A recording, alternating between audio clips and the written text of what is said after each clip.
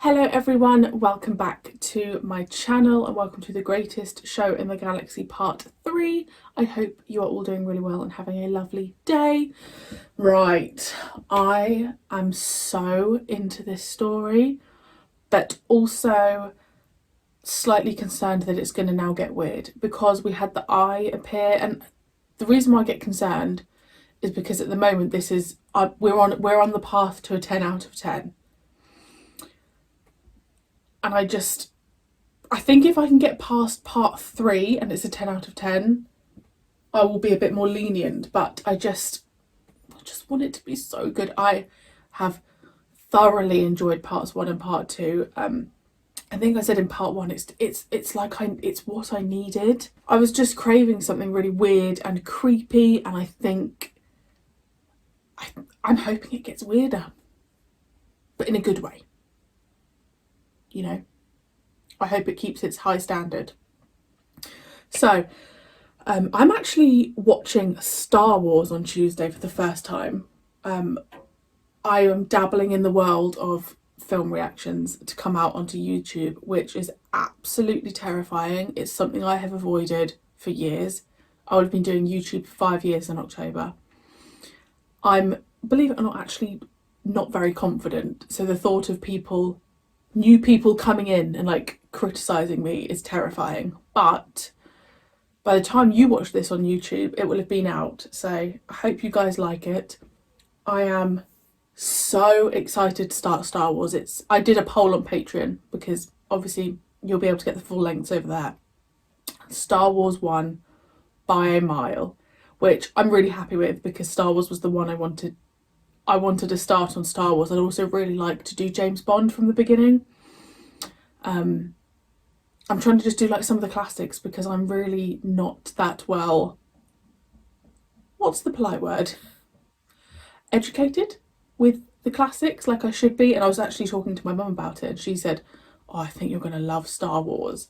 And I am assuming I'm going to, but I don't want to, like, I'm trying not to think about it too much because why am I terrified about watching a film? And I also think I'm worried because, I shouldn't be talking about this in this one, but because I know there's such a big fan base for Star Wars, I'm just worried about people just like criticizing me or whatever. I don't know. I ask a lot of silly questions at times, but it's just because I think it's hard to take. I find it really hard to take in things the first time, which is why I think when I go back and do a rewatch of Doctor Who, it's going to be so wonderful. I went off on a tangent then. It's because I'm nervous. I'm nervous, guys, about Tuesday. It's currently Sunday. It's like I'm almost like prepping for an interview. That's how it feels. I'm nervous. I'm terrified. And I think I've actually got it planned that comes out on Patreon on May the 4th. By pure coincidence, my boyfriend tells me that's Star Wars Day, so meant to be, huh? Right, this is not Star Wars, this is Doctor Who. So, also, I've hit 3,500 subscribers, which is amazing. Thank you so much to all of you that are here. It's bloomin' fantastic. Also, going off on tangents, my mum's downstairs watching Miss Marple, and Peter Davison is in it, and Clive Murrayson. And I have always recognised that name since The Happiness Patrol because I loved him in it. And he was also in an episode of Midsummer Murders I was watching the other day. There's just some facts for you on this Sunday whenever you're watching this. 5 minutes. I've been rambling. I don't know how you guys do it. Especially you full lengthers. 30 minutes of me. You crazy? Right. You're the next one. You are in the ring. No, thank you. Why did you bring them here? Survivor of the fittest, old girl. Don't tell me you never came across that on the planet Vulpana.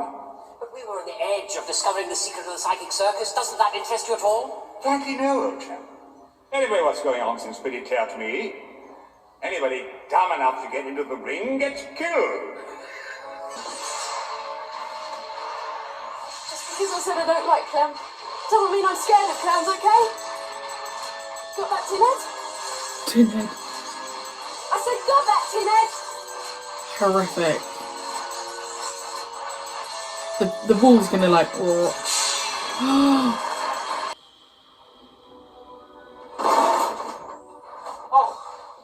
Oh, I'm sorry. That shouldn't have... I must have fallen asleep. We've met before. Don't you remember me? Nah, he's up to no good. I don't trust anyone. Look at these clowns. I mean, Something has to happen soon. do you think they're trapped in the body? Like, After all their I've done, brain knows that they've been sat there for next day, ages. You and I are going back to the garden. You were lucky. Yes, I suppose you're right. I'm still in one piece. You could have given us the full works.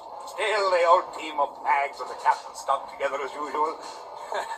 As a matter of fact, it reminded me of that time on Figueros, when the architrave of Batgirl was showing me his early collection of ganglion pottery. Things are beginning to get out of control quicker than I expected.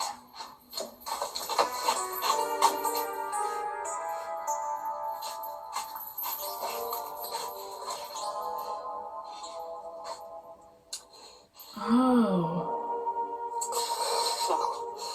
No.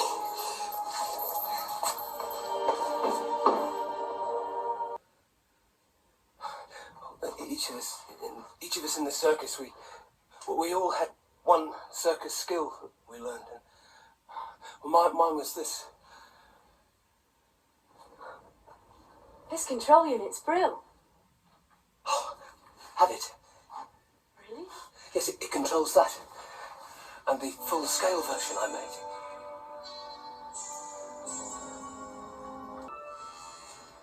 You know, I could get quite cross about it.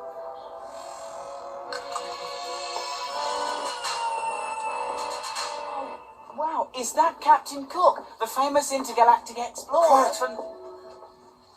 Where's the doctor? He gave us the slip. Yes. Really?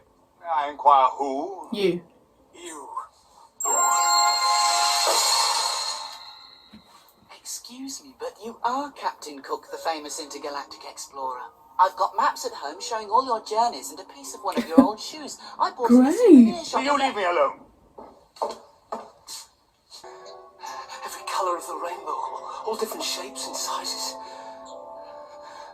And they use them to watch us, untrap us, and keep us here. So, they destroyed her work.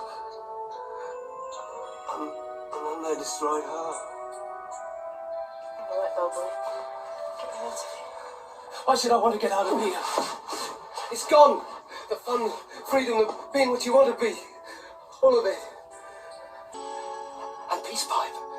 And Juniper Berry. And Deadbeat. No. No, he wasn't Deadbeat then. He was...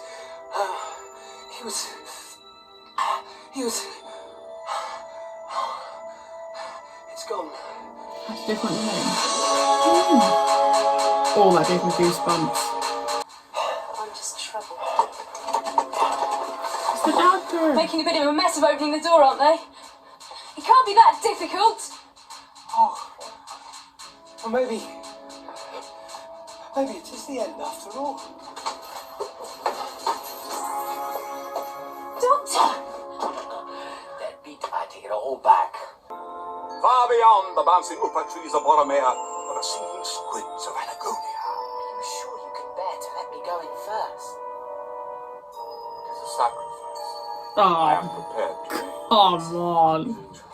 Sift the dreams when the mind's divided, the body screams. Yes, some of it's coming back now. Not all of it. But when he was kingpin, he was the one who persuaded us to come here. The eye gives you promises of heaven or hell. He's off. He's gone. I Away. knew people like him in Perivale. Listen, Ace. No. What to? The answers. Yeah. You know what happened, don't you? At last. This is the most exciting day of my life. Is he not worried that there's no one in the crowd? I'm standing in the ring of the psychic circus. You sent that poor boy out to his death. Unless he's Nonsense! He acting may more be a innocent great than he success. is. Oh dear. Maybe not. So it just goes to show, never can be certain. How do we know it's not all a con, Professor? Well, he brought me here to you and Bellboy. He must have done that for a purpose. Not if your brains are that scrambled. Ah, no, there's something there, Ace. I saw it when he looked into the crystal ball. You're just an aging hippie, Professor. You might be something in that, yeah. Anyway, we better be going. Bellboy? No. Come on, Bellboy. No,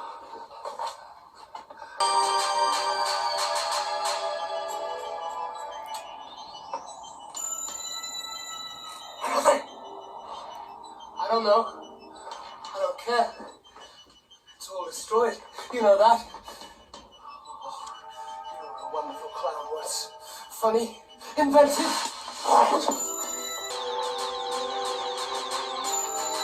You're with me to tell the Valentine. I'm crazy.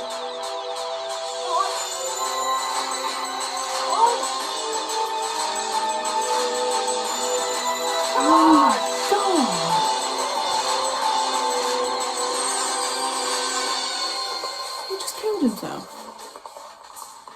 No, I can't do it. Come on, Kingpin, nearly there.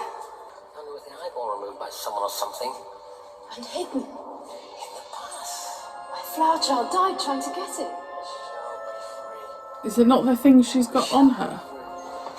We shall be free. We shall be free.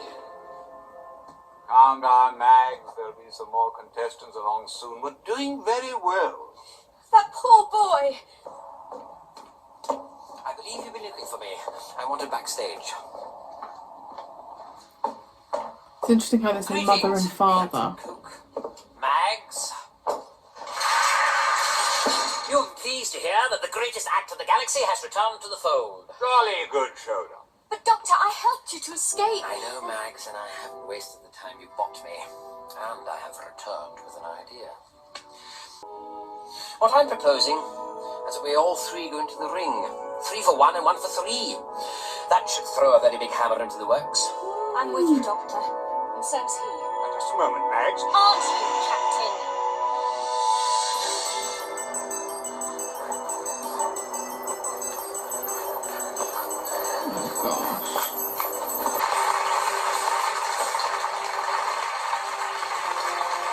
Sorry, everyone. Thank you very much, ladies and gentlemen, but before we start, I would like to make one small request from stage management. A special lighting effect. Could you perhaps give us that old devil moon effect? No! I told you she was an unusual specimen. The growling, the snarling, the reaction to the moon. Surely you should have guessed.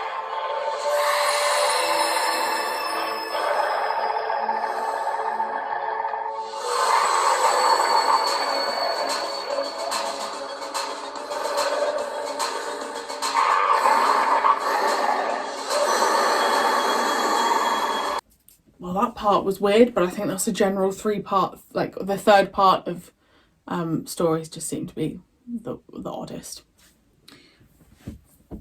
Mags is a werewolf. I quite enjoyed that last scene with her fangs and stuff.